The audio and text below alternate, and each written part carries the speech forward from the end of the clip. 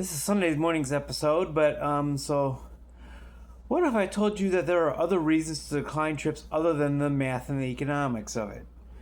As I explained in the previous video, my break-even point is about $1 is actually $1.44 per mile, which means I need to earn 72 cents for the mileage of the trip and then the mileage to return back to town here.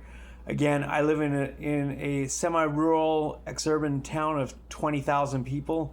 Most of my trips go out of the zone, and they have to have miles to come back. And so, but that's not always the only reason.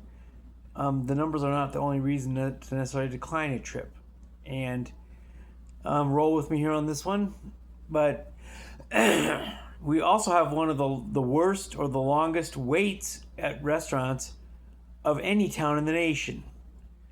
The average wait time, according to my calculations in my own survey, we average 12 minutes per stop. Wait time for restaurants to have their orders ready. Now, there's multiple reasons for this. Number one, we have a labor crunch here. We are significantly very far from the rest of the Twin Cities. We're 30 miles north of downtown St. Paul, 35 miles north of Minneapolis. We also don't have any public transportation to connect to the cities whatsoever. Even though we're in their taxing district, we have no bus service of any kind between the Twin Cities and us. So labor is a bit of a challenge. Unemployment rate in Forest Lake is about 2%. So we're at close to full employment. So not many people here looking necessarily for jobs outside of those of us who are unfairly terminated by a certain bank. But anyway, I'm going to leave it at that for now on that point. But we do have a labor shortage here.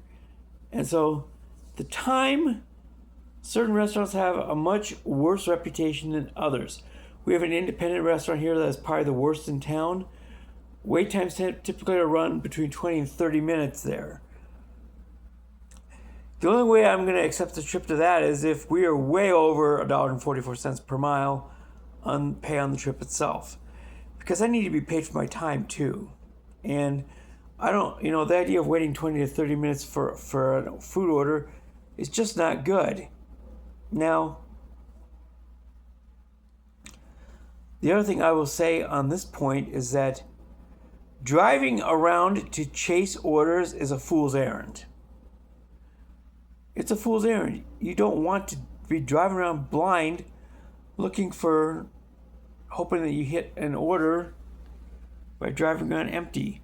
That's why I stay in Forest Lake for my driving. Because if I'm waiting for trips, I'm at home. I'm in the comfort of this chair right here. I'm in the comfort of my own facilities, my own environment, my own entertainment options. I don't have to wait in a vehicle in a parking lot somewhere. I'm home. Which leads to the next point. A kind of get off the chair premium that I charge the apps to even get out of my chair. If I'm comfortable at home, I'm not nearly as motivated to get out of this chair and take an order. Now, if it's a very strong order monetarily, sure, I'm all for it. But if it's like, it may be in town, it may only be a mile or two, but if it's like $4, I'm not getting out of this chair for that. So that's a reason to decline, is that the overall revenue is just not high enough to motivate me to get out of this chair here and take an order. Now, if you're going to give me $1.50 per mile overall, allow me to at least make it a legitimate profit, then I'm all for it. So wait times are one reason. Is it worth enough monetarily, both in overall revenue and expenses per mile? Those are other reasons. I also reject all Starbucks orders for one very, very basic reason. And that reason is their packaging is terrible. I've had several instances of drinks spilling in my vehicle which is costly in its own right, and drinks spilling on customers' front doors. Again, that's gonna hurt the ratings. That's not a risk worth taking. You want to keep your passenger or customer ratings as good as possible, because if you're in the business of having a low acceptance rate like mine, 12%, the customers that you do deliver to, you want to keep happy. So no Starbucks for this guy. The other orders I completely declined for along similar auspices: stacked orders or double orders. Picking up at 2 different restaurants while going to 2 different drop-off points. No bueno. Reason for that is DoorDash and Uber Eats will track your on-time stop ratings. How often do you hit their projected times for pickup at restaurants? If you have 2 in a row and you're in a market like mine where the average wait is 10 minutes, a stacked order is almost a guaranteed fail. And if you're waiting 12 minutes at each place, 24 minutes total, your customers are getting their food later than they're told. Until the apps remedy this, or until the market improves, I can't take a stacked order. No bueno. There's one exception to this, and that is if the stacked order is for the same customer coming from 2 different places. That's a little different because you can explain to those guys what's going on. If you can explain to those customers what's going on, that's okay.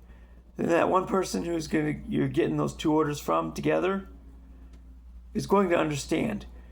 Most people in the Forest Lake market understand how long the restaurants take here for orders, by the way. So if you got 2 orders for the same customer, they're going to know. That's kind of the trick with operating in a semi-rural market. Customers know the environment. If you're delivering 2 orders to the same person, it's easily explained. They're not going to downrate you for that because they just know. This is a tough market for restaurants to keep and maintain sufficient labor.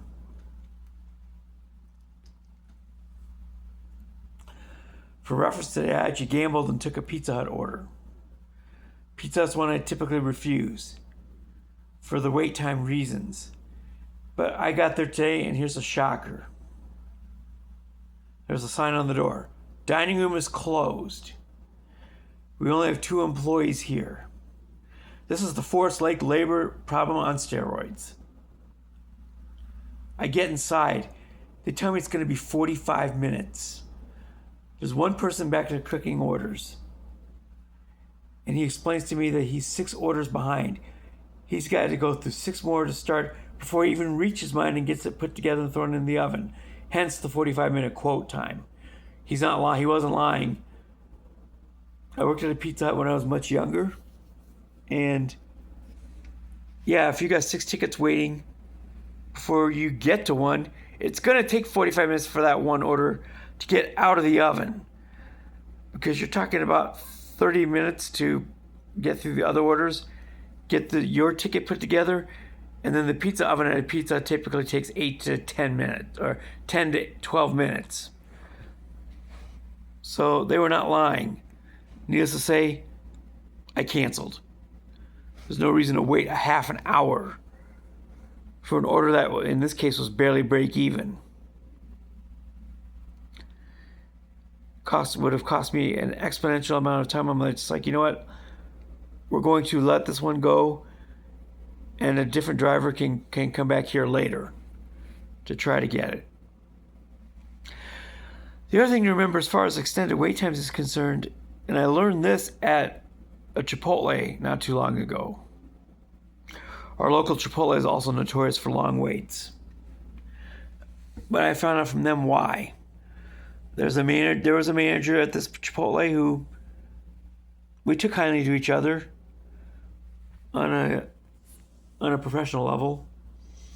But she explained to me that I showed her what my pickup time was on the DoorDash app. She showed me what the time was on their platform. 5 minutes apart. So if the Dasher is told to get there at 6:45, the order comes up at the restaurant to be ready by 6:50. There's a reason for this, and it has to do with DoorDash putting a premium on the food being fresh and trying to keep the customers happy that way. But unfortunately, it's kind of a pain for us drivers because we arrive there 5 minutes before the restaurant is told to have it ready. So the day after Megan showed me that, I was just like, I'm not going to rush to these anymore. So if they're notorious for having, so let's say they're notorious for having a long pickup time, but I know this. Even if the order is financially worth it, if I get over that $1.44 per mile minimum to break even, I'm going to take my time getting there. And as I said before, I usually wait at home for orders. I'm going to take my slow time. I'm going to go to the bathroom if I need to. I'm going to pick up a drink out of the fridge if I need to. I'm going to make sure that I have my garbage if I've eaten. I'm going to make sure I have it in my kitchen trash. I'm going to make sure I have my everything ready to go before I even leave the door here. Most of the restaurants are 5 minutes from here. So rushing to them doesn't make any sense whatsoever. Even when I go into downtown Forest Lake, it's about 10 minutes.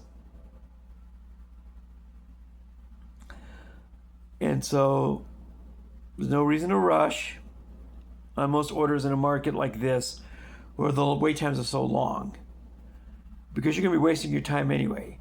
So that's a reason to decline orders. I decline all restaurants with a reputation for long wait times, and also doubles or stacked orders, because those are going to hurt your ratings. And the worst part about the stacked orders are if you got two of them in a row, there's a long wait at the first one, you're late for the second one, the second customer gets screwed. Now you flip it around, you get to the first pickup, it's on time. You get to the second one and it's excessive wait time. That first order gets screwed because now you're sitting there waiting for the second order to come out. Well, meanwhile, your first order's still in your vehicle, and if it's in Minnesota wintertime, it's getting cold. Even in a hot bag, it's getting cold. There's two other places that I specifically decline. I decline Taco Bell. Taco Bell demands, in this market specifically, that you have a hot bag in order to pick up. They won't let you leave the place with your food without it. Now, you're thinking, well, what's wrong with that? And I'm thinking, okay, well, here's the thing. Those fancy sit-down restaurants that I talked about earlier with the long wait times, they don't require it. So this is pretty snooty and snobby of Taco Bell to demand that their food be absolutely perfectly hot. And with the way that their wait times go, it's not even a guarantee that your food's going to be fresh, even if you abide by their stupid policy. So Taco Bell's a no-go. Another one, Wendy's. No. Longer than average wait times is one reason. But another reason why is that their managers and their staff are very hostile towards DoorDash drivers. They have that stupid weigh scale that the employees have to weigh food on before they let you leave with it. I went in there one day and picked it up. It was on the scale, but they hadn't weighed it yet. I got absolutely blasted by this employee. Absolutely verbally assaulted. After she got done verbally assaulting me, I canceled the order and left.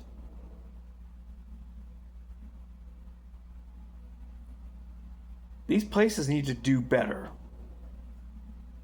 Taco Bell and Wendy's and specifically need to do better with their hostile policies towards drivers. Because if they continue to do this, their customers are not going to get hot food. Because what's going to happen is there's going to be a chilling effect on these orders. They're going to get rejected a lot more often. And they're going to be waiting. These orders are going to be waiting to be picked up longer because more drivers are rejecting them. Thus the chilling effect. And so they're gonna basically be punished that way by the very drivers that they verbally abuse and put restrictive policies on. So there you go. There are places that I have a good reputation with, and I try to have a good reputation with everybody. A place that struggles with orders here, but I have a pretty good reputation with because they're very upfront and honest with me on how things are progressing and how, if they're backed up in particular, Applebee's. There's a bartender there who I just joke with so much. She's fantastic. And the rest of their staff and their managers are very upfront with me on timing. They're honest. I appreciate that. If the money is worth it on a trip, do I feel bad about waiting an extra 5 minutes for a food order? Not one bit. Applebee's is strong here. The other one that is very strong here that is going to surprise a lot of people who watch the national food delivery channels, the strongest restaurant here for speed of service is actually McDonald's. McDonald's, most times, I will accept the order from home. I'm 5 minutes away from there. I will have the text or the app notification that the order is ready for pickup when I'm about halfway there. They're good. They're upfront. They're speedy. And they're polite. So that's my short list of restaurants that I will eagerly give a little bit towards in order to be able to take. I'll fudge a little bit on that math figure, just a little bit. Just say hi to the bartender. Not that there's any kind of feelings or any kind of emotion on that front for me. She's way too young for that type of thing anyway. But the other thing is that most of us dashers, most people in general, like talking with people who we have fun talking to. People who are enjoyable, people who are professional, people who are polite. We'll give a little bit on that just to take those orders. And so, McDonald's, Applebee's, fantastic places here. Taco Bell, Wendy's, hard pass. So there's other reasons to evaluate, other ways to evaluate pickup locations, and you have other reasons to decline or to be more eager to accept outside of straight dollars and cents. So that's it. This will be another doubleheader day, I believe. I'll be back later this afternoon. And until then, peace out, homies.